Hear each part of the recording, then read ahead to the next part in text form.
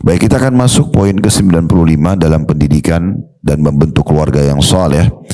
Saya bacakan di halaman 79, kata penulis, teladan dalam melakukan amal perbuatan dengan berbakti kepada bapak ibu dan berbuat baik kepada keduanya, memberi keduanya, bersikap lemah lembut dan lunak kepada keduanya bila keduanya masih hidup.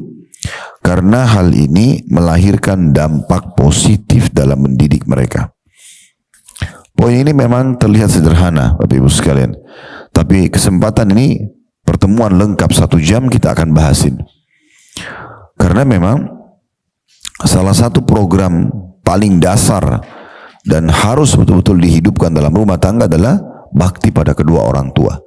Mulai dari kita, walaupun kita ini sudah menjadi orang tua statusnya, selama orang tua kita masih ada, tunjukkan ya kepada Allah Subhanahu wa taala kalau kita menjalankan perintahnya untuk bakti dengan kedua orang tua, sebagaimana nanti akan kita paparkan panjang lebar dalilnya insyaallah.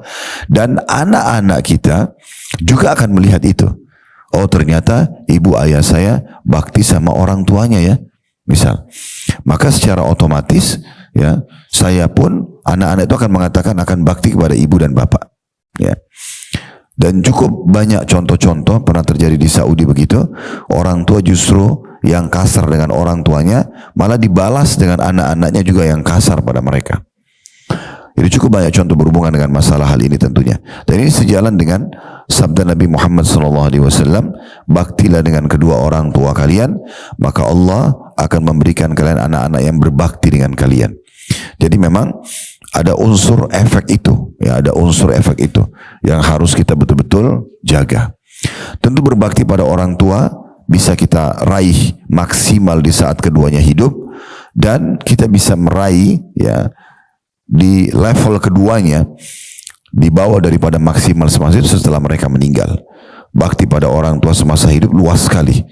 Kita bisa masuk dengan seperti dikatakan oleh penulis di sini ya, bagaimana berbuat baik kepada keduanya, apapun itu, dalam memberikan makanan, memberikan pakaian, bertutur kata, memberi apa saja yang terbaik. Dan dalam bab silaturahim yang paling tinggi adalah bakti sama kedua orang tua. Jadi kita memberikan kepada mereka yang terbaik apapun. Kalau perlu pakaian yang kita beli, kita berikan kepada ibu kita dan ayah kita lebih mahal dari apa yang kita pakai. Kalau perlu makanan apa yang kita makan, kita berikan kepada mereka yang lebih baik daripada makanan yang kita konsumsi. Kalau perlu mereka tinggal di tempat yang lebih layak daripada kita tinggali, dan seterusnya. Jadi memang ini termasuk untuk bakti, dan kita tidak pernah membantah perkataan-perkataan mereka selama bukan maksiat. Kita mendahulukan mereka pada saat jalan, pada saat berbicara, kita tidak melototkan mata pada mereka. Semua ini bentuk-bentuk bakti yang luar biasa. Bisa kita tambah dengan menyiapkan sendal atau sepatunya pada saat mau keluar, bukakan pintu buat mereka. Kalau sedang bertamu ke rumah, mungkin kita mengalah memberikan untuk mereka kamar tidur kita. Semua ini bentuk-bentuk bakti. Kita mendahulukan mereka dalam transportasi. Kita mungkin butuh pergi kemana, satu tempat misalnya, tapi orang tua kita lagi kebetulan ada di Jakarta misal, contoh di kota kita, lalu kita mendahulukan mereka di kendaraan tersebut. Bukan malah kita menyewakan untuk orang tua lalu kita pakai mobil yang bagus misalnya. Nah, ini semua hal-hal yang sensitif sebenarnya. Tapi kenapa Anda tidak raih kesempatan pahala? Ingat selalu tadi hadis Nabi SAW, berbaktilah pada kedua orang tua kalian, Allah akan berikan kalian anak-anak yang berbakti pada kalian. Saya waktu ayah masih hidup, rahimahullah, karena ibu saya meninggal waktu saya masih kecil, masih umur 4 tahun. Tahun 79 beliau meninggal, rahimahullah. Sudah lebih dari 50 tahun mungkin beliau meninggal, atau 40 tahun lebih kurang lebih. Tapi ayah meninggal di masa Covid kemarin, sehingga saya tidak terlalu banyak interaksi sama ibu dulu. Tapi kalau sama ayah ini saya coba lakukan apa yang saya bisa lakukan.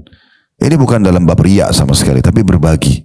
Karena memang kita boleh menceritakan sesuatu kalau kita anggap itu bisa dalam bab berbagi. Karena saya melihat ini efeknya langsung depan mata. Saya lihat sendiri efeknya. Apapun saya minta izin sama beliau, tolong berikan saya kesempatan untuk berbakti apa saja yang saya bisa. Karena beliau kadang-kadang merasa karena punya kemampuan, jadi tidak butuh untuk dibantu oleh anaknya. Maka saya minta celah itu. Maka saya coba mengirimkan kebutuhan bulanan dari, saya tahu, tanya sampo apa yang dipakai, sabun apa yang dipakai, jenis handuk apa, makanan kesukaannya apa. Saya setiap pergi ke satu negeri, luar negeri, atau saya datang ke satu kota di negeri kita, saya selalu cari apa yang kira-kira kesukaan beliau. Di saat datang ke Jakarta, saya ajak istri saya untuk pindah dari kamar, biarkan beliau menikmati kamar tersebut, kita mengalah ke kamarnya anak-anak misalnya. Kalau ke pintu mobil, kita bukain pintu mobil, siapin sendalnya. Depan mata, subhanallah, ada anak saya, Allah karuniakan anak laki-laki yang pertama, itu umurnya waktu itu masih dari umur 3 tahun, sekarang umurnya sudah 10 tahunan, alhamdulillah 11 tahun. Maka hampir apa yang saya buat kepada ayah saya dibuat sama anak ini, tanpa saya perintahkan gitu.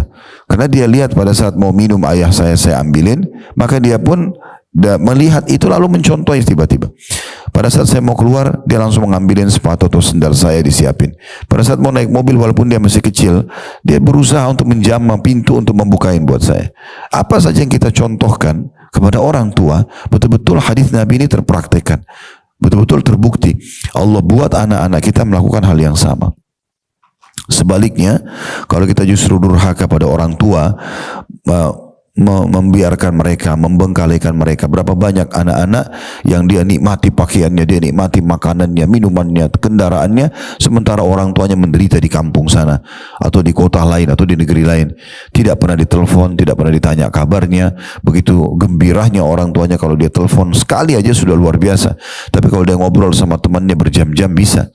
Ya, dia ngobrol masalah bisnis bisa, dia meeting, dia safar ke luar negeri demi untuk mengejar urusan dunianya bisa.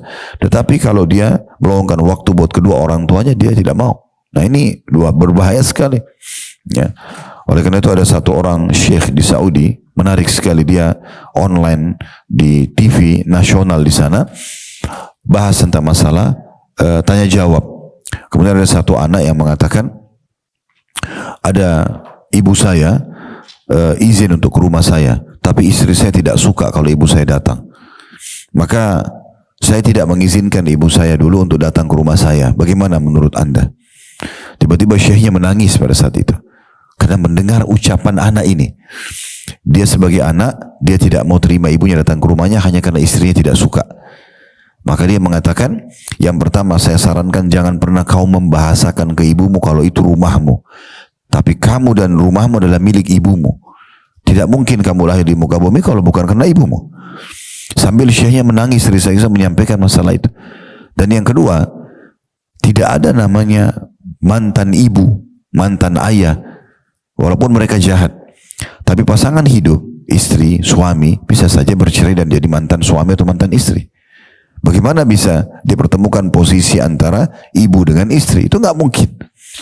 Sampai pernah Abdullah bin Umar radhiyallahu anhuma menikah dengan seorang wanita yang dia cintai, tapi subhanallah ayahnya Umar tidak menyukainya.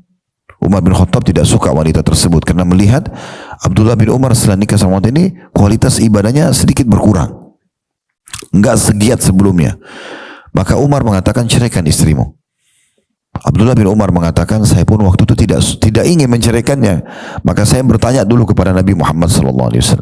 Maka Nabi mengatakan, taatilah ayahmu, taatilah ayahmu. Ya, jadi luar biasa memang harus bagaimana mendahulukan orang tua bahkan dari pasangan. Ini kalau posisi si anak perempuan. Kalau anak laki-laki, kalau anak perempuan tentu pindah bakti utamanya kepada suaminya. Dia dahulukan suami dari orang tuanya. Tetapi bukan berarti dia memutus orang tuanya. Seorang suami pun tidak boleh, bahkan dia bisa berdosa kalau dia melarang istrinya untuk berbakti pada orang tuanya. Apapun risikonya, misal orang tuanya itu jahat, orang tuanya itu tidak baik akhlaknya, atau sering minta-minta, atau apa saja, itu risikonya. Itu risiko. Menikah sama anaknya, ya orang tuanya akan menjadi bagian dari orang tua kita. Karena tidak ada namanya dalam Islam mantan mertua atau mantan anak mantu, kan gitu. Nah, ini poin-poin yang harus kita fahami di awal pembukaan ceramah kita. Di sini saya ulangi dulu, perkataan penulis perlu kita renungi sama-sama. Berbuat baik pada kedua orang tua, memberi keduanya. Sudah kami jelaskan tadi, berikan pakaian yang terbaik, makanan terbaik, minuman terbaik. Kalau perlu targetkan lebih baik daripada yang kita miliki. Dan selama mereka hidup, Bapak Ibu sekalian, kita punya peluang besar sekali. Karena kalau masih hidup kita masih bisa dapat pahala dari makanan mereka, minuman mereka, sampo mereka, sabun mereka, bedak mereka, apalah ya yang mereka butuhkan, yang untuk kebutuhan mereka, pakaian mereka, tempat tinggal, kendaraan, rumah dan segala macam lah. Kalau sudah meninggal terbatas. Semua ini nggak bisa, kecuali kita mendoakan umroh dan haji, ya. Jadi sedekah ini terbatas. Tapi kalau semasa hidup, hampir semua bisa kita lakukan. Hampir semua bisa kita lakukan. Jadi Bapak Ibu yang masih dikaruniai Allah, orang tuanya hidup, jangan sia-siakan. Itu betul-betul pintu surga. Harus hati-hati sekali. Peka sekali dalam masalah ini. Bagi Anda yang masih jarang telepon ke orang tuanya, tanya kabar mereka tiap hari, minta didoakan, coba berbagi apa yang Anda makan, apa yang Anda minum, apa yang Anda kenakan, maka segera perbaiki. Mumpung mereka masih hidup. Karena ini yang paling besar pahalanya. Makanya dikatakan di sini juga ditambah dengan bersifat lemah lembut dan lunak kepada keduanya bila keduanya masih hidup. Karena kalau sudah meninggal kita nggak bisa lagi bersifat lunak, ya, tersenyum, menghibur mereka pada saat mereka sedih, memberikan makanan dan minuman tadi dan seterusnya.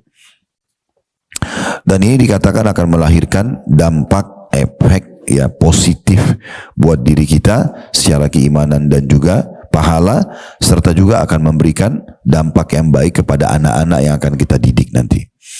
Baik, kita coba lihat dalil-dalil. Sekarang saya bilang tadi, satu pertemuan lengkap kita akan bahas masalah ini. Satu poin saja.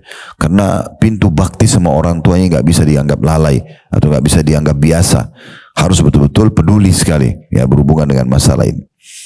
Cukup banyak ayat-ayat Al-Quran yang dimana Allah Subhanahu wa Ta'ala menyuruh kita untuk menjaga bakti kita kepada kedua orang tua kita. Bermula dari surah Al-Isra. Coba kita buka Al-Quran surah Al-Isra surah nomor 17 ayat 23 ya.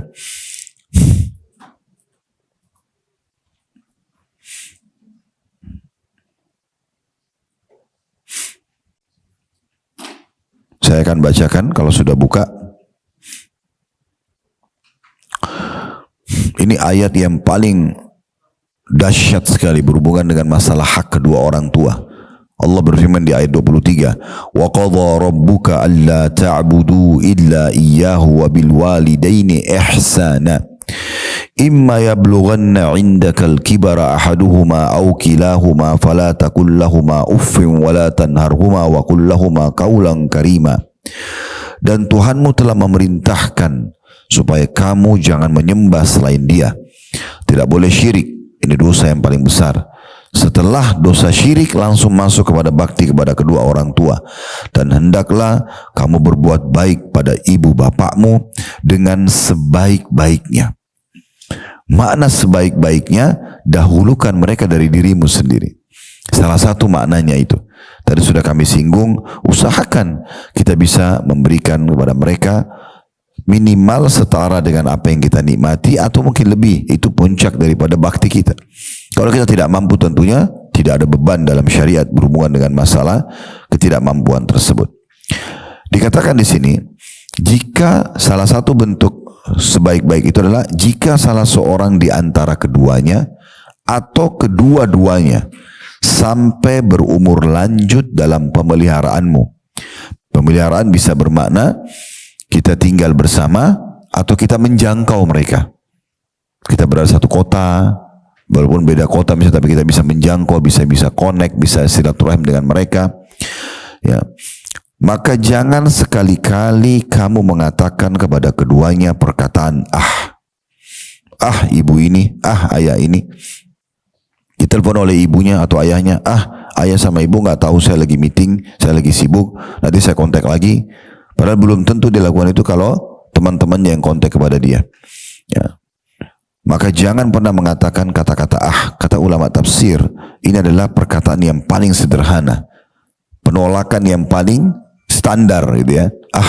Nanti aja misalnya. Kenapa sih ibu saya telepon? Kenapa sih ayah saya telepon? Walaupun dia tidak angkat gitu. Dia kesel dengan telepon atau informasi dari orang tuanya. Ini sudah masuk dalam durhaka. Apalagi kalau lebih daripada itu. menghardik, mencaci maki, memarah-marahi atau sampai memukul, dan ada yang membunuh orang tuanya. Wa na'udzubillah, ya. Kalau dikatakan ya di sini, janganlah kalau seandainya ya jika salah seorang dari keduanya atau kedua-duanya sampai berumur lanjut dalam firman, maka sekali-kali janganlah kamu mengatakan kepada keduanya perkataan dan jangan kamu membentak mereka. Dan sebagai balasnya, gantinya ucapkan kepada mereka perkataan yang mulia, perkataan yang santun. Pilih semua tutur kata terbaik, itu yang kita ucapkan untuk ibu dan ayah kita. Kalau kita bisa memilih tutur kata yang terbaik kepada teman-teman kita, kepada atasan kita, kolega, partner bisnis, atau mungkin orang-orang yang kita muliakan di tengah-tengah masyarakat, maka orang tua kita lebih pantas kita pilihkan kata-kata yang paling layak. Ya. Lalu begitu juga kalau kita memberikan hadiah, ya. Kalau kita memberikan hadiah, memberikan buah-buahan, kadang-kadang kita mungkin kalau diminta oleh seorang pejabat atau orang yang punya kedudukan, pasti kita akan beli dari toko buah yang paling bagus, kita pesan kualitasnya paling bagus, pakai keranjang, kalau perlu pakai kartu nama. Pertanyaan sederhana, apakah pernah kita lakukan pada kedua orang tua kita ini? Berikan kepada mereka buah-buahan terbaik, lebih baik daripada Anda berikan kepada seorang raja atau presiden. Lebih baik daripada Anda berikan kepada salah satu pejabat atau orang yang Anda kasihi selain orang tua. Lalu Allah mengatakan di ayat 24-nya, wakhfid lahuma janahal dhulli minar rahmati wa qur rabbirhamhuma kama rabbayani shaghira. Dan rendahkan dirimu terhadap kedua mereka berdua dengan penuh kasih sayang atau kesayangan. Rendahkan, dahulukan mereka berjalan, dahulukan mereka berbicara, turunkan pandangan mata dengan tidak menatap wajah atau matanya sehingga dia merasa khawatir atau tersaingi, ya. Jangan dahului mengambil makanan di depannya sebelum dia menyentuhnya, misal, ya. Semua kita dahulukan. Ini dikatakan, ya, rendahkan dirimu terhadap mereka berdua dengan penuh kesayangan atau kasih sayang, lalu ucapkanlah, tambah lagi, wahai Tuhanku, kasihilah mereka berdua sebagaimana mereka berdua telah mendidik aku di waktu kecil. Nah, ini luar biasa perintah-perintah Allah Subhanahu wa taala dalam ayat ini. Andai saja ada orang di antara kita, teman-teman sekalian, hanya bisa maksimal dari sekian banyak ibadah selain yang wajib-wajibnya, sunnah misalnya dia masih banyak bolong-bolong sunnah atau apa saja, tapi dia bakti sama orang tuanya, ini sudah menutupi banyak sekali kekurangannya. Apalagi kalau dia bisa menggabungkan antara yang sunnah-sunnah ini dengan bakti dengan orang tua. Kemudian yang kedua, dalilnya yang juga perlu kita perhatikan dalam surah An-Nisa, surah nomor 4 ayat 36. Allah juga berfirman, bisa dibuka dalam aplikasi Al-Quran di handphonenya. An-Nisa ayat 36, wa'budullaha wa la tusyriku bihi syai'an wa bil walidaini ihsana. Dan sembahlah Allah itu Tuhan kalian, dan jangan kalian mempersekutukan sesuatu dengannya, serta berbuat yang terbaiklah untuk kedua orang tua, karena ihsan itu adalah perbuatan terbaik. Kemudian surah Al-An'am ayat 151. Allah berfirman, Al-An'am 151, Qul ta'alau atlu ma harrama rabbukum alaikum alla tusyriku bihi syai'an wa bil walidaini ihsana. Katakan, marilah ku bacakan apa yang diharamkan atas kamu oleh Tuhanmu, yaitu janganlah kamu mempersekutukan sesuatu dengan Dia. D-nya besar, kata ganti Allah. Dan berbuat baiklah terhadap kedua orang tua atau bapak dan ibu. Begitu juga dalam surah Luqman ayat 13 dan ayat 14. Allah berfirman dalam surah Luqman ayat 13 dan 14, wa idh qala Luqmanu libnihi wa huwa ya'iduhu ya bunayya la tusyrik billah inna syirka la zulmun azim wassayna al-insana biwalidayhi hamalathu ummu wahnan ala wahnin wa fisalu fi amaini an ishkur li wa liwalidayka ilayya al-masir. Dan ingatlah, atau maksudnya pelajarilah, ketika Luqman berkata kepada anaknya. Luqman salah satu orang soleh yang Allah sebutkan dalam Al-Quran dan dinamakan surah ini namanya surah Luqman.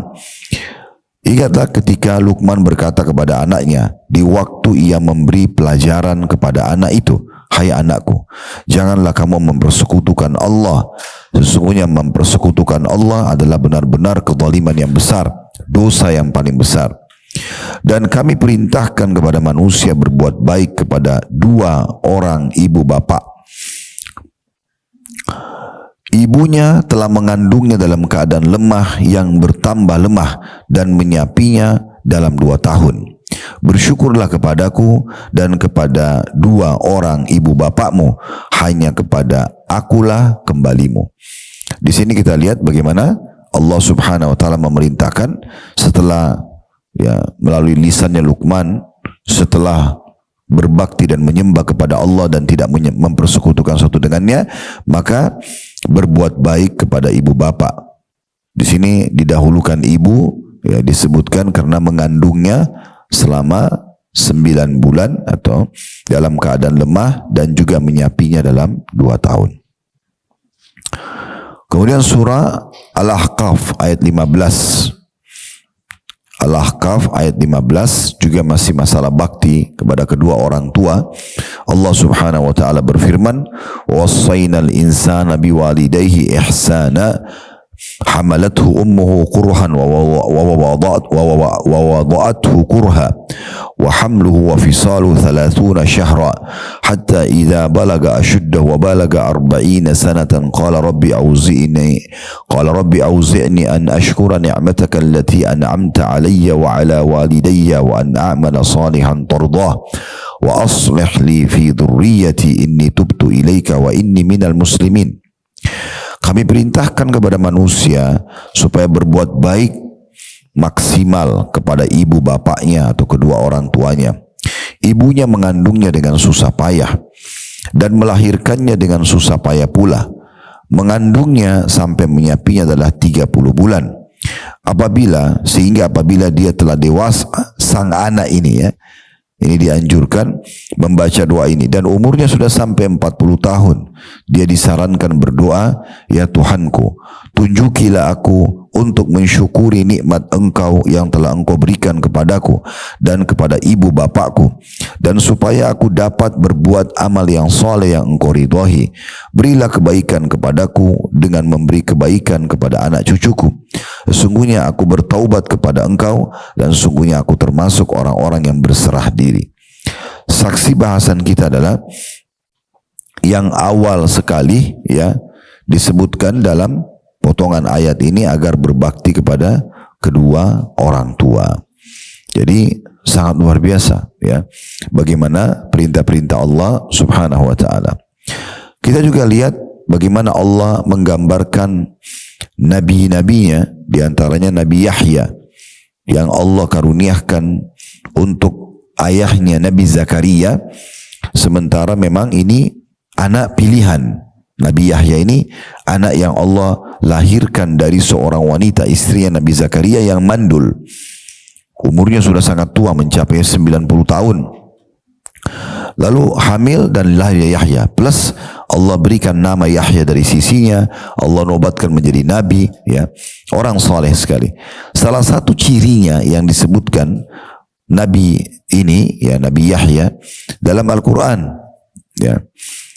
dalam surah Maryam ayat 14, wa barram biwalidayhi wa lam yakun jabbaran asiya. Dalam surah Maryam ayat 14, dan Yahya itu salah satu bentuk pilihan Allah Subhanahu wa taala kepada Yahya sebagai anak di sini yang Allah kasihkan kepada ayahnya, atau Allah berikan kepada ayahnya Zakaria yang memohon-mohon kepada Allah agar diberikan anak soleh, dan dia dijadikan seorang yang berbakti kepada kedua orang tuanya, dan juga bukanlah ia orang yang sombong lagi durhaka. Dan memang para nabi-nabi adalah orang-orang yang paling berbakti kepada orang tuanya sebagai suri tauladan tentunya. Kita juga tahu bagaimana Nabi Isa alaihissalam masih dalam surah Maryam di ayat 30 sampai 32. Waktu bayinya Nabi Isa masih di buaian, digendong oleh Maryam, dibawa ke kaumnya sempat bingung. Mereka mengatakan, "Wahai Maryam, ibumu bukan seorang pelacur, ayahmu bukan juga orang yang buruk. Bagaimana bisa kau tiba-tiba belum menikah sudah punya anak? Maka Maryam hanya menunjuk ke bayi itu. Lalu bayi itu berbicara di buayan Nabi Isa alaihissalam. Allah sebutkan dalam surah Maryam tentunya kisah ini. Kisah cukup panjang di mana disebutkan dari ayat 30-nya Nabi Isa berbicara di buayan dalam surah Maryam, qala inni abdullahi atani al-kitaba wa ja'alani nabiyya. Berkata Isa, sungguhnya aku ini adalah hamba Allah. Dia Allah memberiku Alkitab atau Injil dan dia menjadikan aku sebagai seorang nabi. Wa ja'alani mubarakan aina ma kuntu. Wa ja'alani mubarakan aina ma kuntu ma dumtu hayya. Ya. Sebentar dulu ya.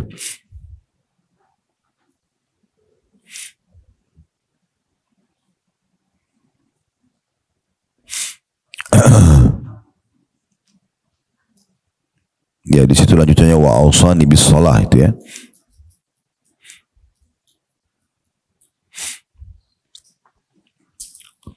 Wa ja'alani mubarakan aina ma kuntu wa ausani bis salati waz zakati ma dumtu hayya. Dan dia menjadikan aku seorang yang diberkahi di mana saja aku berada, dan dia memerintahkan kepadaku mendirikan salat dan menunaikan zakat selama aku hidup. Lalu ayat 32 ini saksi bahasannya, wa barram biwalidati wa lam yaj'alni jabbaran syaqiyya, dan aku berbakti kepada ibuku. Jadi ini masih bayi, sudah Allah nobatkan dia akan menjadi orang yang berbakti pada orang tuanya.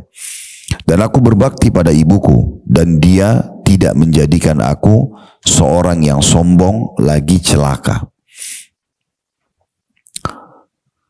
Kita lihat juga dalam hadis-hadis Nabi SAW. Kalau tadi itu ayat-ayat Al-Quran, dalam banyak sekali hadis Nabi SAW berhubungan dengan masalah bab bakti ini. Bahkan ulama-ulama kita banyak menulis buku khusus saja ya, membahas tentang masalah kedudukan bakti pada kedua orang tua. Di antaranya adalah hadis yang sahih riwayat Bukhari Muslim, di mana pernah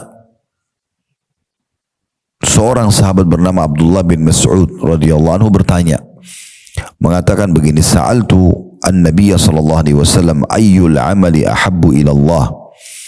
Aku bertanya kepada Nabi SAW, amal apa yang paling Allah cintai? Kemudian Nabi SAW mengatakan atau menjawab, qala as-salatu ala waqtiha, salat tepat on time. Dan sudah pernah kita jelaskan, kalau mau maksimal khusyuk dalam salat penuhi 3 hal: tepat waktu, tepat gerakan, dan tepat bacaan. Kemudian qala thumma ay, kemudian aku bertanya lagi, apalagi setelah salat 5 waktu, tepat waktu? Qala thumma birrul walidain, yang kedua bakti kepada kedua orang tua. Setelah salat, haknya Allah langsung memberikan hak kedua orang tua. Qala thumma ay, kemudian aku bertanya lagi, apalagi setelah itu? Qala al jihadu fi sabilillah, berperang di jalan Allah, berperang di jalan Allah. Kita juga tahu bagaimana dalam hadis-hadis yang lain, dalam hadis riwayat Muslim ya, atau tepatnya riwayat Bukhari dalam kitab Adab Mufradnya, di mana Ibnu Umar berkata radhiyallahu anhuma, ridho Rabb fi ridhal walid wa sakhatur Rabb fi sakhatil walid. Ridhonya Allah tergantung pada ridho kedua orang tua. Kalau Allah ridho, berarti Allah akan maafkan dosa-dosa, Allah akan terima amal-amal, Allah akan masukkan ke dalam surga, Allah akan penuhi kebutuhan. Itu semua makna ridho. Ridhonya Allah tergantung pada ridhonya kedua orang tua. Dan yang menjadi penyebabnya datangnya murkahnya Allah justru dengan murkahnya kedua orang tua. Jadi ini memang luar biasa ya. Kemudian dalam riwayat Imam Muslim juga Nabi SAW bersabda, ragama anfumri'in, ragama anfumri'in, ragama anfumri'in, celakalah seseorang itu, terhinalah seseorang itu. 3 kali Nabi SAW ulangi, celakalah seseorang itu, terhinalah seseorang itu. 3 kali Nabi ulangi. Dikatakan ya, qila man ya Rasulullah, siapa itu yang anda maksudkan ya Rasulullah? Celaka, terhina, sampai 3 kali. Kata Nabi SAW, man adraka walidayhi indal kibari ahaduhuma au kilahuma thumma lam yadkhulul jannah. Siapa yang mendapati salah satu dari kedua orang tuanya atau kedua-duanya, kemudian keduanya tidak membuatnya masuk ke dalam surga. Artinya selama dia hidup, dia tidak menggunakan maksimal waktunya untuk berbakti. Tidak ada susahnya itu telepon, nggak ada susahnya WA, nggak ada susahnya kirimkan kebutuhannya, ya, penuhi kebutuhannya, berikan makan kesukaannya, berikan pakaian terbaik, ya, hibur mereka, kirimkan foto-foto kita, kirimkan foto-foto cucunya misalnya, mudahkan mereka untuk datang berkunjung ke tempat kita. Ya, apa saja yang bisa kita lakukan? Abdullah bin Umar dalam sebuah riwayat Bapak Ibu sekalian radhiyallahu anhuma pernah melihat ada seseorang dari Yaman lagi tawaf di musim haji sambil dia gendong ibunya. Jadi digendong ibunya di punggungnya. Itu berat banget. Kita tahu kalau kita tawaf capek, letih. Karena putar walaupun misalnya tidak terlalu, kalaupun tidak terlalu padat tetap aja butuh energi. Bagaimana dengan orang yang menggendong? Kadang-kadang kita bawa ransel aja sudah terasa berat. Bagaimana kalau gendong ibu sendiri? Dan orang ini bersenandung dia. Laki-laki yang menggendong ibunya, dia mengatakan inni laha ba'iruhal mudhallil atau mudhallal, ya. Inni laha ba'iruhal mudhallalu in udh'irtu riqabuha lam udh'ar. Sungguhnya aku ini adalah tunggangan ibuku dan tunggangan ini sangat patuh. Apabila tunggangan yang lain lari, maka aku sebagai tunggangan tidak akan pernah lari. Maksudnya kalau ada orang meninggalkan orang tuanya, dia cuekin, saya tidak mau. Tetap saya akan urus orang tua saya. Kemudian dia lihat Abdullah bin Umar. Orang ini lihat sambil gendong lalu dia datang, lalu dia karena dia tahu Abdullah bin Umar ini sahabat Nabi dan ulamanya muslimin. Dia mengatakan, ya Ibn Umar, atarani jazaituha. Apakah anda melihat perbuatanku ini selama musim haji aku gendong terus ibuku, diantaranya tawaf, nanti sa'i juga, nanti juga pergi jumrah, nanti di Arafah, aku akan urus terus ini. Bukan cuma haji, pulang haji pun aku urus, sebelum haji pun aku urus. Apakah aku sudah membalas jasa ibuku? Kata Ibnu Umar, la wala bizafrati wahida, belum sama sekali, walaupun setarik nafas yang ia keluarkan ketika ia melahirkanmu. Belum bisa kau bakti, belum bisa kau balas kebaikannya. Walaupun hanya tarikan nafas sekali yang dia gunakan pada saat ingin melahirkanmu. Ya. Itu menandakan luar biasa bagaimana kedudukan orang tua. Dan pernah juga ada seorang laki-laki datang dan bertanya kepada seorang ulama salaf. Seraya mengatakan, saya memiliki seorang ayah yang sangat tua, terkapar di atas ranjang. Gak bisa buat apa-apa lagi ayah saya. Dan saya mengurusnya semuanya. Saya memandikan, saya menggantikan pakaian, saya menyuapi makan dan minum. Sampai di bahasa dia, mohon maaf ya, kalau dia buang air besar, buang air kecil, saya menampung dengan kedua tangan saya dan saya tidak merasa jijik. Sebagai bentuk bakti, gitu kan. Maka dia mengatakan, apakah saya sudah balas? Saya sudah balas kebaikan ayah saya? Dinasihati oleh ulama tersebut. Sehingga saya ini perkataan Hasan Basri atau Said bin Musayyib, salah satunya saya lupa, tapi seorang ulama tabi'in dia mengatakan belum sama sekali, belum sama sekali. Karena perbedaannya waktu kamu kecil, ayahmu mengurusmu, mencari nafkah, kadang-kadang juga bergantian sama ibumu, ya, mengurus kamu. Kadang-kadang ada suami pulang ke rumah, dia ada selipkan waktu juga untuk menggendong anaknya, menemani juga bayinya, atau dia memenuhi kebutuhan susu dan segala macam kebutuhan. Dan juga ayahmu pada saat mengurusmu di saat kecil, dia berharap kau menjadi orang yang dewasa dan sukses. Sementara kau sekarang mengurus ayahmu karena kau berharap hanya menjalankan tugas saja dan berharap orang tuamu meninggal dan segera kamu selesai dari tugas itu. Jadi berbeda sekali antara ketulusan orang tua dengan ketulusan kita dalam berbuat baik itu. Tentu saja kita harus berbakti kepada mereka, memberikan apapun selama bukan maksiat kepada Allah, ya. Ini ada batasannya. Kalau orang tua kita meminta kita agar melakukan dosa, tidak boleh kita ikutin. Karena sudah pernah kita sampaikan juga kaidah dasar bagaimana sabda Nabi sallallahu alaihi wasallam, la ta'ata fi ma'siyah, innamat ta'atu fil ma'ruf. Tidak ada ketaatan pada maksiat, dan ketaatan itu hanya pada yang dibolehkan saja, dalam hadis Bukhari dan juga Muslim.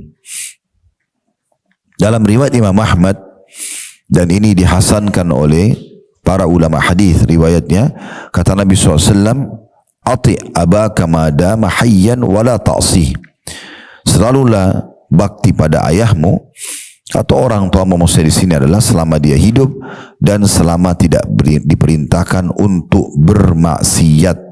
Ya, selama tidak diperintahkan untuk bermaksiat. Sekarang kita susunkan beberapa poin bagaimana sebentuk bakti kepada orang tua. Yang pertama, taati. Taati apapun yang mereka minta, taati.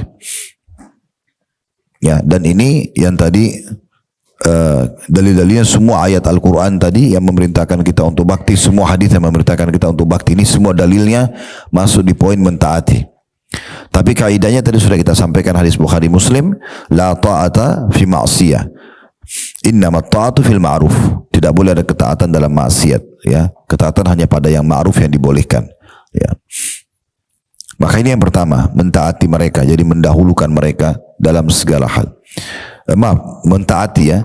Kemudian yang kedua, mendahulukan perintah mereka. Mendahulukan perintah mereka dari perintah siapapun, kecuali satu keadaan, yaitu perintah suami untuk istri. Kalau bertemu antara perintah suami ibu sama ibu dan ayah Anda, maka atau antara suami ibu dan orang tua ibu, maka di sini ibu dahulukan suaminya dulu, baru kemudian memenuhi kebutuhan orang tua. Tapi selain daripada ini, semuanya kita dahulukan orang tua kita. Jadi ibu-ibu yang hadir di sini, baik offline ataupun online, usahakan kalau status Anda sebagai seorang istri, hati-hati, jangan justru membuat suami Anda durhaka pada ibunya, ya. Tapi buatlah, lahirkanlah, ya, justru kebaktian dalam hidupnya kepada orang tuanya itu disebabkan karena Anda. Ini penting sekali supaya nanti Allah pun mengaruniakan Anda anak-anak yang berbakti dengan Anda. Pastikan siapapun istri yang menjadi penyebab suaminya durhaka pada orang tuanya, dia juga akan dikasih anak yang sama. Maka dia harus hati-hati sekali, ya. Disuruh sokong, dukung suami agar bisa berbakti pada orang tuanya. Kalau hal-hal itu sifatnya sunnah, kita harus dahulukan orang tua. Kami bahas beberapa waktu yang lalu, sekarang ini lagi berjalan bahasan di Blok M, berlanjut sudah beberapa pekan, judulnya itu dosa besar menunda kewajiban. Kami bahas menunda kewajiban sholat, kalau masuk sholat terus sengaja dilalaikan sampai keluar waktunya, ini dosa besar. Menunda zakat bagi yang mampu lewat haul, ya, padahal sudah penuhi nisabnya. Kemudian menunda puasa Ramadan tanpa ada udzur, sudah jelas hilal terlihat. Menunda haji padahal dia punya kemampuan yang haji pertamanya. Kemudian ada juga menunda perintah orang tua. Ini juga termasuk menunda kewajiban. Selama perintah itu bertemu, ya, dengan perintah makhluk yang lain selain suami tadi untuk istri, atau kalau haknya Allah sunnah. Kalau haknya Allah sunnah, ya. Kalau orang tua kita minta, kita lagi pengen ketemu sama teman-teman, lagi mau pergi makan, lagi mau pergi bisnis, tapi ibu dan ayah kita mengatakan tolong nak temani dulu atau bantu ini dan seterusnya, dahulukan orang tua, ya. Berhentikan semua yang lainnya, dahulukan. Tadi saya bilang kecuali istri ke suaminya, dia bisa dahulukan suaminya sambil dia berbahasa atau menutur kata yang santun pada ibu dan ayahnya agar diberikan, ya, ridho mereka, keridhaan mereka untuk mendahulukan suami. Setelah itu baru dia penuhi kebutuhan orang tuanya, gitu ya. Jadi kita mendahulukan, ya, supaya, ya, kita bisa dapat pahala dari mereka, gitu ya. Begitu juga dengan ibadah sunnah. Kalau kita lagi sholat sunnah, beda kalau sholat wajib. Kalau bertemu saya pernah jelasin, kalau masih ingat, hak wajibnya Allah seperti sholat wajib misalnya, dengan hak wajibnya makhluk seperti panggilan orang tua. Di sini kita tidak boleh mendahulukan orang tua, makhluk. Jadi kalau orang tua panggil ibu, kita panggil ayah, panggil nak misalnya, kita lagi sholat wajib, kita nggak boleh batalin. Itu wajib, haknya Allah. Tapi kalau bertemu antara hak wajib makhluk, ini adalah bakti pada orang tua, termasuk seruan mereka, dengan hak Allah tapi sunnah, sholat sunnah. Di sini kita wajib batalin sholat sunnah kita untuk menjawab panggilan mereka. Ya, ini poin yang penting untuk kita garis bawahi. Di sini maksudnya mendahulukan mereka ya dalam perkara-perkara yang sudah kita paparkan tadi. Yang ketiga tentunya kita harus ya menghiasi diri dengan akhlak yang baik di hadapan mereka. Ya, maksudnya tutur kata yang santun, ya, ramah. Sudah kita jelaskan tadi di ayat-ayat Al-Quran, tapi ini termasuk yang kita harus lakukan. Ya, jadi tidak memotong pembicaraan mereka, tidak mengangkat suara, banyak sekali dalam hal ini ya. Sampai Utsman bin Affan radhiyallahu anhu itu beliau kalau ibunya lagi bicara dia tidak berani lihat mukanya. Dan tidak pernah satu kali pun apa yang ibunya bilang dia bilang tidak, pasti dia iyakan. Ya. Selama itu bukan pelanggaran. Sampai kadang-kadang kalau ibunya lagi ngomong, dia langsung mengiyakan saja walaupun dia belum tahu sebenarnya apa yang harus dia lakukan. Sampai-sampai iya begitu disebutkan cirinya Utsman bin Affan. Sampai waktu keluar dari rumah ibunya, dia tanya kepada saudaranya, tadi ibu kita pesan apa? Ya, itu saya jelaskan di Tablik Akbar serial sahabat berhubungan dengan pribadinya Utsman bin Affan. Jadi dia termasuk bentuk bakti yang luar biasa sampai dapat jaminan surga. Itu karena itu. Termasuk dia tidak berani menatap muka ibunya, matanya, takut nanti itu menyakiti ibunya gitu. Jadi sampai seperti itu mereka menjaganya gitu ya. Disebutkan bahwasanya Abu Hurairah radhiyallahu anhu pernah melihat ada dua orang. Lalu beliau berkata kepada salah satunya, "Ma hadza minka?" Ini orang yang di sebelahmu ini apa posisinya? Kebetulan lagi jalan, yang satu lebih tua, satu lebih muda. Yang lebih muda ditanya, ini orang di sebelahmu posisinya sebagai apa? Siapa orang ini? Faqala abi. Orang ini mengatakan ini adalah ayahku. Faqala la tusammihi bismih. Maka jangan pernah kau sebut namanya. Jangan panggil namanya. Nah, karena biasa ada orang juga memanggil namanya langsung, ya kurang santun, kurang sopan itu. Wala tamshi amamah. Jangan pernah kau jalan di hadapannya. Biarin dia jalan duluan. Minimal kalau kita harus mendampingi di sebelahnya, ya. Jangan melebihi langkahnya. Wala tajlis qablah. Dan jangan pernah kau duduk sebelumnya. Sampai dia duduk baru kamu duduk. Sampai dia makan baru kamu makan. Ya, sampai dia sudah kenyang, dia sudah hilang dahaganya baru kamu lakukan atau kamu menikmati, sampai seperti itu.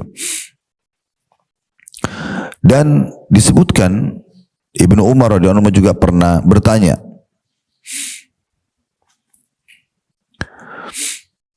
apakah engkau takut masuk surga dan apakah engkau takut masuk neraka dan ingin masuk ke dalam surga? Ini riwayat dinukil dari Taisalah bin Mayyas, ya. Ia berkata bahwa Ibnu Umar berkata padanya. Jadi orang ini seorang tabi'in. Dia cerita tentang pengalaman dia waktu ketemu sama Abdullah bin Umar. Namanya Taisalah, ya, bin Mayyas rahimahullah. Dia mengatakan waktu dia ketemu Ibnu Umar berkata pada dia, apakah kau takut masuk neraka dan ingin masuk ke dalam surga? Maka kata Taisalah, iya, tentu saja. Maka Abdullah bin Umar mengatakan, bertanya, apakah kamu masih memiliki kedua orang tua yang hidup? Maka dia menjawab, Taisalah ini mengatakan, iya, aku masih memiliki seorang ibu karena ayahnya sudah meninggal. Maka kata Abdullah bin Umar, demi Allah, sekiranya engkau berlemah lembut dan bertutur kata kepadanya dan memasakkan makanan untuknya, sungguh engkau akan masuk surga selama engkau menjauhi dosa-dosa besar. Masak makanan, belikan makanan jadi, oke lah, pakaian jadi, tapi selalu setiap hari jangan lewatkan ada hari di mana kita tidak bakti pada mereka, kita tidak memberikan perhatian ke mereka. Berapa banyak anak-anak yang tidak peduli. Mungkin dia pikir karena orang tuanya sudah mampu, dia nggak perlu lagi pikirkan makanannya atau tidak perlu menawarkan makan atau pakaian atau segala macam. Padahal sebenarnya semua itu pintu bakti yang dia bisa masuk, karena memberi orang tua yang mampu pun bisa. Itu masuk dalam bab bakti. Apakah pakaian, apakah kendaraan atau apa saja yang kita bisa berikan. Semua ini tadi perkataan itu dari perkataan Abdullah bin Umar dan Abu Hurairah, ya, dinukil dari kitab Adab Mufradnya Imam Bukhari. Kemudian kita masuk yang keempat, ya.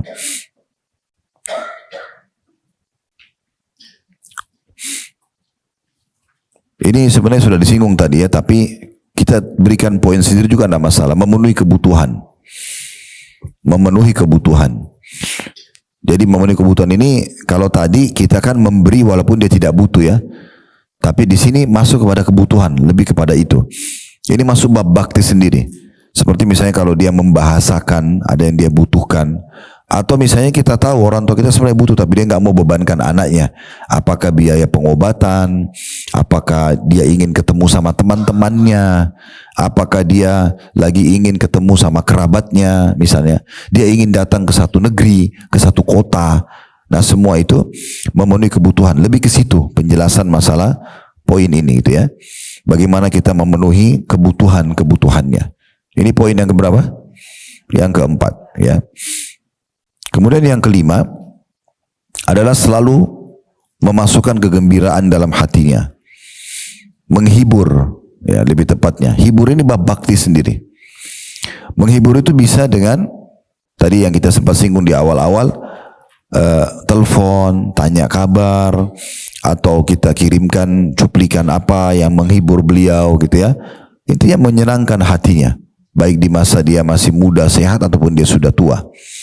Nah, ini masuk dalam bab bakti sendiri. Karena kata Nabi SAW, dan amal yang paling Allah cintai adalah memasukkan kegembiraan dalam hati seorang muslim. Sementara, ini amal yang paling Allah cintai ya. Sementara orang tua kita adalah orang yang paling pantas untuk kita berbuat baik pada mereka. Yang keenam, ya, rutin mendoakan. Mendoakan semasa hidup dan juga sudah meninggal. Selain Rabbighfirli wali walidayya, ini kita baca doa yang paling dahsyat untuk kita doakan buat orang tua semasa hidup dan sudah meninggal. Dan juga kita bisa doakan, kita pisahkan mana doa yang kita ucapin di saat hidup, mana doa kita doakan di saat mereka sudah meninggal.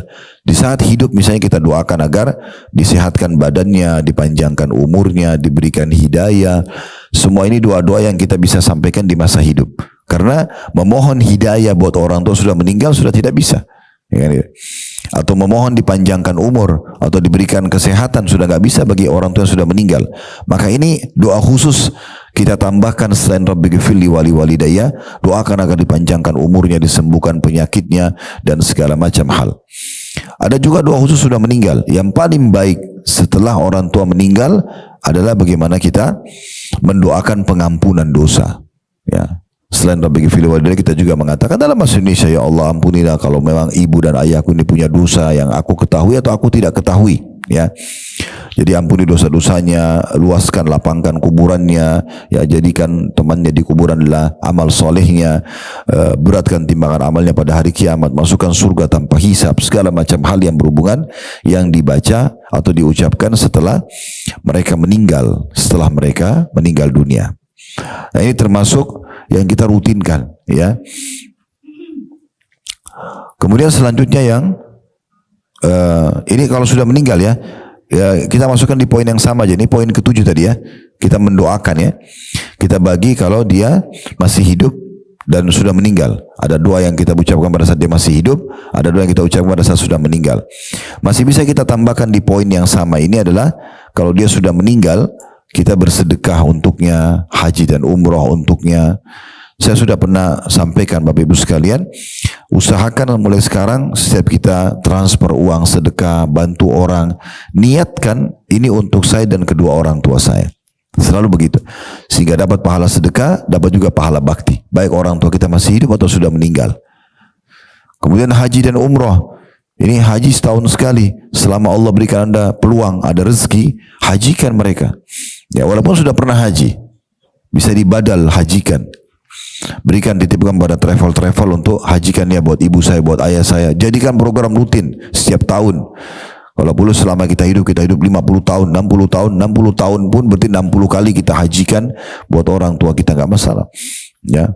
Setahu kami, sebatas ilmu kami seperti itu. Ada pendapat yang membolehkan untuk membadalkan kedua orang tua, ya. Begitu juga dengan umroh. Haji setahun sekali, kalau umrah bisa sebulan sekali misalnya. Setiap kita dapat income, lalu kita titipkan kepada travel-travel yang Anda percaya untuk kemudian mengumrohkan kedua orang tua. Ya, seperti di tempat kami memang siapkan mahasiswa yang menjalankan itu. Mereka harus buat cuplikan video pada saat pertama niat di mikot.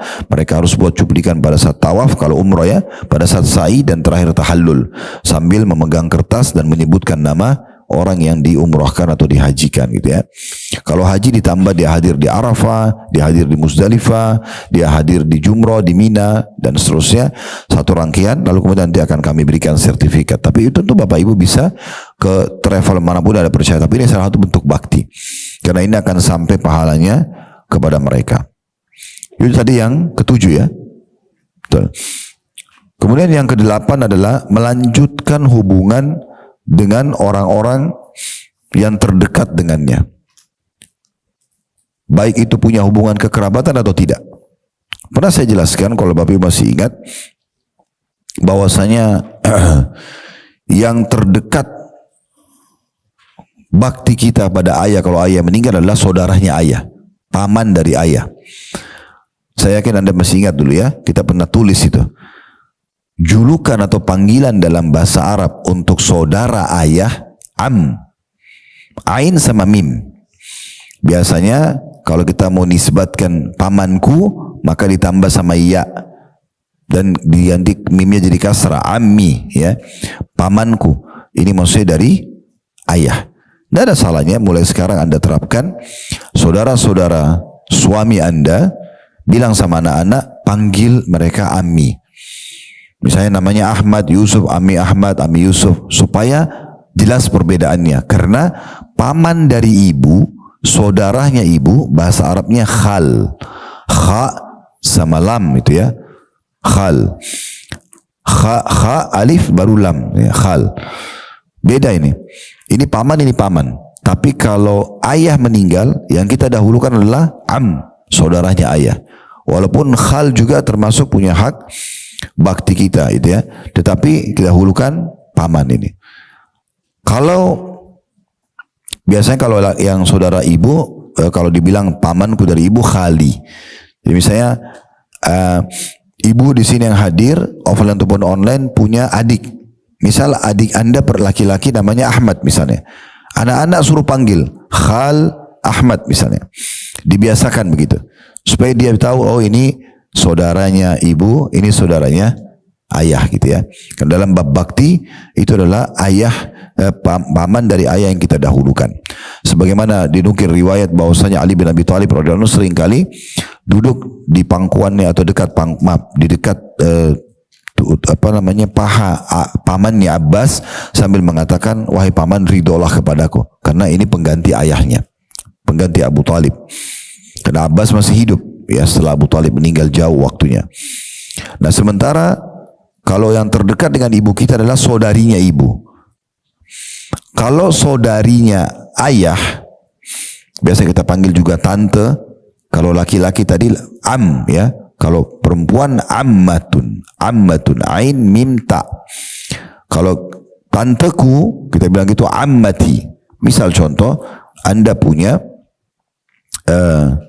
atau suami Anda ya, punya kakak perempuan atau adik perempuan, suruh anak-anak kita misal namanya Khadijah, contoh saja, maaf kalau ada yang pas ada namanya bersamaan, misal namanya Khadijah ya, namanya Hafsah, namanya Aisyah misalnya, maka kita suruh anak-anak panggil ammati Khadijah, ammati ya Aisyah. Jadi jelas ini berarti tante tapi dari ayah. Kalau dari ibu khalatun. Kalau tanteku khalati. Misal contoh, Anda punya saudari perempuan. Ya. Anak-anak nanti misal saudari Anda namanya Maryam, contoh. Anda bilang sama anak, panggil ini khalati Maryam. Nah kalau dalam bakti orang tua, kalau untuk ibu, tante ini penggantinya adalah saudarinya ibu. Makanya kita bedakan istilah panggilannya. Walaupun semua kerabat ini yang terdekat dengan orang tua kita bisa kita berbuat baik sama mereka. Saudaranya, saudarinya, ya, pamannya, tantenya dan seterusnya dari orang tua kita semua masuk kita bakti, termasuk orang tuanya itu kakek dan nenek kita misalnya kalaupun masih hidup, semua itu kalau kita buat baik karena orang tua kita berarti masuk dalam bab bakti ya. Maksud dalam hal ini adalah teman-temannya walaupun tidak punya hubungan kerabat. Misal dulu ayah dan ibu punya sahabat dekat, sekarang mereka sudah meninggal, orang tua sudah meninggal tapi teman-temannya masih hidup, Anda bisa bakti dengan melanjut hubungan dengan mereka, mengirimkan makanan, muslim atau non muslim. Yang penting orang tua kita pernah punya hubungan, ya, hubungan baik. Jadi kayak sekarang misalnya, ini ibu-ibu dan bapak-bapak yang hadir kajian kita, misalnya anggaplah dalam kajian ini Anda punya sahabat di sini yang hadir, sangat dekat dengan Anda. Maka Anda harus jelaskan ke anak-anak Anda, ini sahabatnya ibu ya, ini sahabatnya ayah. Mereka tahu dan jelaskan kepada mereka. Kalau ayah ibu sudah meninggal, maka ini adalah tempat-tempat kalian berbakti. Makanya kita pun sebagai orang tua harus pintar memilih teman. Supaya nanti anak-anak kita kalau bakti dengan teman-teman kita tuh bakti sama orang yang tepat. Bukan ahli maksiat, gitu kan.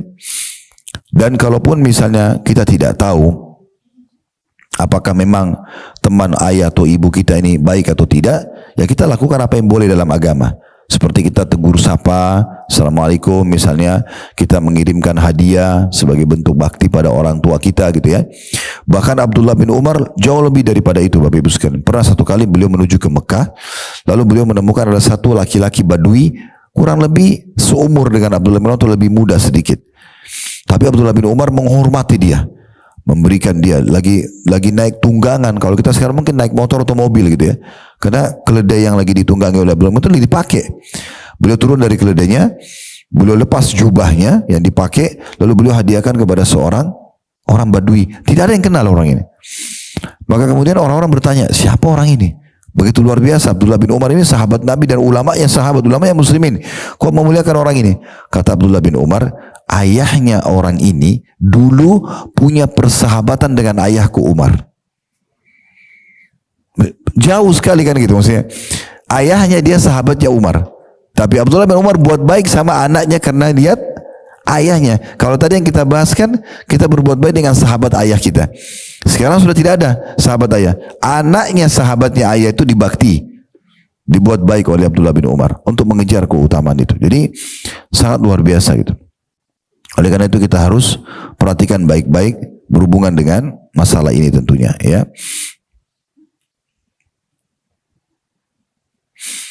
Dan kita sebagai penutup mungkin ya, sangat dilarang Bapak Ibu sekalian untuk durhaka dengan kedua orang tua ya. Kita harus hati-hati sekali. Kalau durhaka sama orang tua ini terlalu banyak atau banyak sekali juga dalilnya. Di antaranya hadis Abu Bakar dalam hadis Bukhari Muslim radhiyallahu anhu, di mana Rasulullah SAW bersabda kepada para sahabat, Ala unabbiukum bi akbaril kabair, mau enggak saya tunjukkan kalian induk dosa besar? Salasan, 3 kali. Qalu bala ya Rasulullah. Kata para sahabat, tentu ya Rasulullah, kami mau Anda sampaikan apa itu induk dosa besar. Qala al-isyraku billah wa uququl walidain, berbuat syirik kepada Allah dan durhaka kepada kedua orang tua. Wa jalasa wa kana muttaki'an, dan tadinya dia duduk menyandar dengan siku ke tanah, kakinya ngelonjor, muttaki. Nabi SAW melakukan, beliau duduk dan beliau mengatakan ala wa qauluz zur, dan ketahuilah juga perkataan dusta, mazala yukarriru hatta qulna laitahu sakat. Nabi SAW terus mengulang-ulangi, hati-hati dengan syirik kepada Allah, jangan durhaka sama orang tua, jangan berdusta. Nabi ulangi terus, hati-hati. Bayangkan Bapak Ibu sekalian kalau kita duduk begini hampir 1 jam, saya cuma ulang-ulang itu. Jangan berbuat kesyirikan, jangan durhaka sama orang tua, ya jangan berdusta. Terus saja. Telinga kita ini mungkin kayak rasanya besar karena kita mendengarkan peringatan terus, itu yang ditekankan gitu ya. Tapi para sahabat mengatakan, Nabi terus ulangi supaya orang betul-betul engah. Sampai para sahabat ini mengatakan, kami berharap Nabi diam udah. Laitahu sakat, karena Nabi ulangi terus dan kami kayak sudah dengar, sudah tahu, tapi Nabi ulangi terus. Ini menandakan saking dahsyatnya larangan ini. Begitu juga dalam hadis riwayat Abu Daud dan Ibnu Majah juga Tirmidzi, dan dinyatakan hadis ini hasan sahih. Kata Nabi SAW, ma min dzambin ajdaru an yu'ajjal. Maaf, saya ulangi, ma min dzambin ajdaru an yu'ajjila li sahibihi al-uqubata ma'a ma yaddakhiru lahu min al-baghi wa qati'atir rahim. Ya. Tidak ada dosa yang lebih pantas untuk disegerakan balasannya bagi pelakunya di dunia ini, ya, berikut dosa yang disimpan untungnya di akhirat daripada perbuatan melampaui batas dan memutus silaturahim, dimulai dari orang tua dan juga kerabat-kerabat. Ya. Kemudian Abdullah bin Umar juga berkata, ibqa al-walidaini minal uquq, membuat kedua orang tua menangis masuk dalam bab durhaka. Membuat kedua orang tua menangis masuk dalam bab durhaka. Berarti kita justru harus menghibur mereka, bukan membuat mereka menangis. Ini sudah pernah saya juga singgung, Bapak Ibu sekalian. Jangan suka curhat dengan orang tua. Jangan curhat sama orang tua. Karena curhat sama orang tua ini, mereka kan sangat mencintai kita. Kecintaan orang tua pada kita itu melebihi cinta kita pada dia. Gitu kan? Ibu dan ayah itu susah diganti cinta mereka karena mereka tulus sekali dalam mencintai kita. Anda kalau cerita sesuatu dengan mereka, kalau itu beban Anda hanya menambah beban buat mereka. Ya, mereka akan jadi kepikiran, mereka akan jadi begini dan begitu. Ya, belum lagi mungkin mendoakan, bisa saja misalnya kalau Anda ribut dengan suami atau istri, malah orang tua kalau kurang ilmu agamanya dia bisa mendoakan keburukan buat anak mantunya. Ini jadi masalah. Tadinya Anda berharap baik rumah tangganya bisa diperbaiki, malah jadi rusak, kan gitu. Karena doa-doa mereka. Maka kita harus hati-hati sekali. Oleh karena itu kita harus menjaga ini, ya, kita harus menjaga. Mujahid berkata, la yanbaghi lil walad an yadfa yada walidihi idza darabah. Kata Mujahid ini, ya, perkataan beliau, seorang ulama yang masyhur dari kalangan salafus saleh dulu. Dia mengatakan tidak pantas bagi seorang anak menepis tangan orang tuanya kalau orang tuanya mau memukulnya. Itu perkataannya. Tentu di sini ada batasan, ya, nanti saya akan jelaskan. Kemudian wa man shadda an-nazar ila walidayhi lam yubirruhuma, dan barang siapa yang melihat ke orang tuanya dengan tatapan tajam maka dia telah durhaka. Wa man adkhala alaihima ma yuhzinuhuma faqad aqahuma, dan siapa yang memasukkan kesedihan ke dalam hati atau fikiran kedua orang tuanya maka dia telah durhaka kepada keduanya. Tentu di sini yang dimaksud adalah kalau orang tua itu niatnya mendidik. Kita tidak bicara kalau orang tua itu lagi mabuk mukul anaknya, enggak, itu bisa kita tepis karena ini perbuatan kezaliman.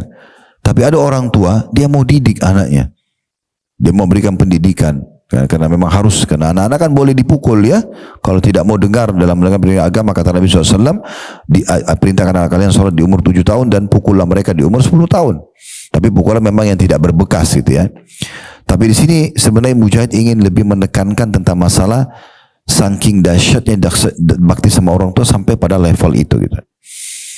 Kemudian dalam perkataan Ka'ab al-Ahbar mengenai perkara yang termasuk bentuk durhaka sama orang tua, idza amaraka walidaka bi syai'in falam tuti'huma faqad aqaqtahuma al-uquqa kullah.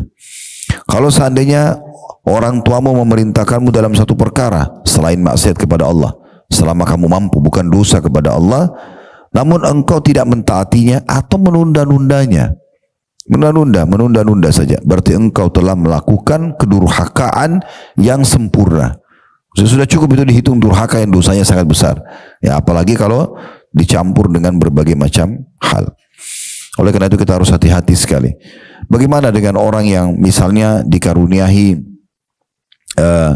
orang tua yang dia tidak peduli, lalu orang tuanya sakit hati, lalu mendoakan dia keburukan. Ini doa yang mustajab banget, ya. Harus hati-hati. Kalaupun kita diuji oleh Allah Subhanahu wa taala dengan orang tua justru yang jauh dari agama, lisannya suka berkata yang tajam misalnya, maka kita berusaha untuk menghindari agar jangan sampai dia mengucapkan perkataan-perkataan buruk. Ya. Jangan kita malah berkeluh kesah, karena memang begitu sifatnya. Allah takdirkan dia menjadi ibu kita, menjadi ayah kita. Ya udah, kita sabar. Sebenarnya kan bagaimana caranya kita menghadapi orang yang rewel, orang yang fudul, untuk selalu mau tahu apa saja, maka lebih baik kita banyak diam.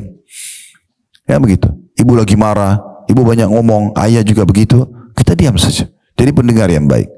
Kalau itu kebenaran, kita terima. Kalau itu kesalahan, kita lihat mampu nggak kita mengingatkan. Kalau tidak mampu, maka kita setelah mereka selesai bicara, maka kita cukup ingkari dalam hati. Ya, ini termasuk hal yang terbaik, karena orang yang sedang menyerang kita atau mencari kesalahan kita, mereka akan kehabisan bahan kalau kita tidak meresponnya. Ya, jadi masalahnya kalau kita merespon. Ya, ini juga sering saya bahasakan pada saat saya ditanya di satu taklim, bagaimana menghadapi fitnah-fitnah yang sedang terjadi. Ada orang gosipin kita, ada orang dan itu. Saya bilang diam. Yang terbaik diam. Kalau itu tidak benar, Anda yakin firman Allah SWT, Inna Allah yudafi anadina amanu. Allah akan membela orang-orang beriman. Kalau itu benar yang mereka ucapkan, maka kesempatan Anda jadikan sebagai bahan introspeksi diri. Jangan balas. Diam saja, karena membalas ini itu seperti memperkeruh permasalahan. Sementara Anda sudah salah. Ya udah, taubat kepada Allah, istighfar, perbaikin. Allah perbaiki nanti dengan caranya. Karena memang taubat itu akan membersihkan kesalahan-kesalahan kita. Udah selesai, clear. Ya, makanya diam itu adalah emas, Bapak Ibu sekalian, terutama dalam kondisi-kondisi seperti ini. Ya, menghadapi orang tua yang cerewet, yang rewel, ya, dan segala macam banyak permintaannya, kita sabar. Justru kita jadikan itu sebagai ajang kita meraih pahala ekstra. Allahu a'lam. Dan insya Allah dalam tema kita ini, kalau kita sudah tunjukkan semua itu, Allah akan karuniakan kita anak-anak juga yang seperti itu keadaannya, dan insya Allah juga akan membawa mereka mewariskan itu kepada anak-anak mereka selanjutnya. Semoga apa yang kita bahas ini bermanfaat buat kita semua. Kalau ada benar dari Allah, silakan diambil dan diamalkan. Kalau ada salah dari saya, mohon dimaafkan, dan saya beristighfar kepada Allah Subhanahu wa taala. Subhanakallahumma bihamdika asyhadu an la ilaha illa anta astaghfiruka wa atubu ilaik. Wa sallallahu ala habibina wa nabiyina Muhammadin wa alihi washabihi wasallam. Alhamdulillahirabbil alamin. Subhanakallahumma bihamdika asyhadu an la ilaha illa anta astaghfiruka wa atubu ilaik. Wassalamualaikum warahmatullahi wabarakatuh.